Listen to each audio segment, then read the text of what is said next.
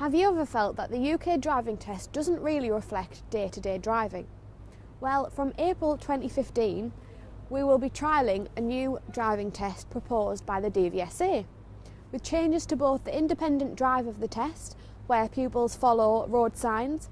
This will be changed to a sat-nav, where the pupils follow a set route set by the examiner, and there will also be changes made to the manoeuvres of the test, hopefully to reflect and mirror day-to-day driving. Now, with insurance rates rising through the roof for young drivers, we will be speaking to a County Durham driving instructor, Louise Smith, to see what she has to think of the proposed changes to the driving test. With driving statistics at an all-time high, in 2012 you can clearly see that there is double figures on the amount of road casualties that happened in Britain. This just shows why there might be an increase in insurance prices for young drivers. We have come along today to meet Louise Smith, a driving instructor from County Durham, to see if she thinks these changes will be a good idea. Thank you for coming along today to talk about the possible proposed changes to the UK driving test. Pleasure. So, do you think that changing the UK driving test will lower the accident rate on Britain's roads? I do, yes, because I feel that certainly when the pupils get in their own cars, because the controls are different to my car. So, for example, if they need to put their fog lights on or demist their back windscreen on the move, it's a big problem to them. So things like they're going to get them to do things like that, whereas at the moment it's the beginning of the test. So they'll say, could you demist the back windscreen for me, please? Could you put the fog lights on? Whereas now, all the proposed changes are going to get them to do it on the move, which I think is a brilliant idea, because obviously it takes their eyes kind of off the road a little bit and concentration. So, right now, with the manoeuvres that are in place currently, do you think that does reflect things that they will have to do every day? Or not really. How often does someone do a turn in the road? They just like do a U-turn at a junction and things like that. Reverse around the corner, I suppose, yes, and the Bay Park, yes. But taking the turn in the road away, I think that's quite fine. And things like they're going to get them to follow a sat-nav as well. The examiner will bring a sat-nav along with him, set to a route, and the person has to follow the sat-nav. Okay. And with young 17-year-olds, does that make a difference in terms of their maturity level and how quick they learn and pick up things that you're teaching them? I think the how they pick up the actual learning to drive, I said that's quite quick. It's them understanding the dangers, and they haven't got any no worries that might happen. There might be a bus coming around the corner and they don't think of the possible dangers ahead of them. But the actual driving, they can drive no problem. Well, thank you for coming along to speak to us today. Thank you very much. It has been a pleasure. Thank you. Evidence suggests that by changing the UK driving test, this could reduce fatality rates by up to 60%, so this could be extremely beneficial for Britain's roads. We will be speaking to an insurance company next to see whether they feel the proposed changes will reduce insurance rates for young drivers.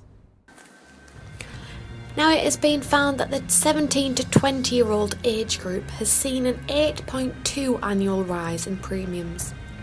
On screen are the average price for female and male drivers between 17 and 20-year-old. So today, with insurance prices rising for young drivers, it's almost the decider as to whether they continue to drive after they have passed their test.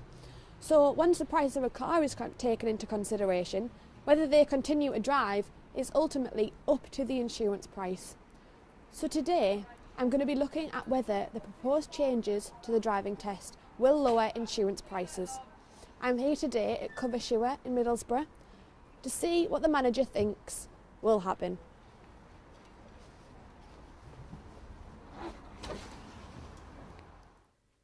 So today I'm joined with Phil, an insurance broker from Middlesbrough, Coversure Insurance. And Phil, what are your thoughts on the rise in insurance prices for young drivers? From a business point of view or a personal point of view, are you looking at that? From a personal point of view, I do see quite a large increase. The average price now, I would imagine, for a young driver is probably somewhere around about £2,500 to £3,000. There shouldn't be a clear divide. There was at one point a divide where it was cheaper if you were a female new driver, and that's a statistical approach. You'll find that a young female is probably a lot more safer than a young male. I think it's statistically proven that a young male driver doesn't see the danger up until the age of 25. Right. And that's why they talk about this 25 age point. It's because up until the 25 you don't see, a male driver doesn't see the danger. He may travel at a speed along a road that an older driver wouldn't. So with an expert's view on insurance prices, let's see what the public at Teesside University have to say about their experience with insurance prices.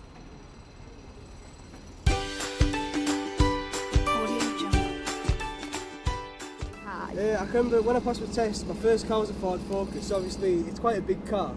I think the insurance price, the cheapest one I could get, if I was the named driver on the car, if I was the main driver of the car, it was going to be around £4,000 or something.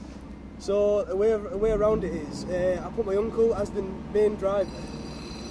So I was the named driver, and it only cost me £1,500. And that was most of my student loan out the window there. So. Well, we'll have to wait and see whether the proposed driving changes are put into practice in 2016. But for now, young drivers, you're going to have to put up with hefty insurance prices. Thanks for watching.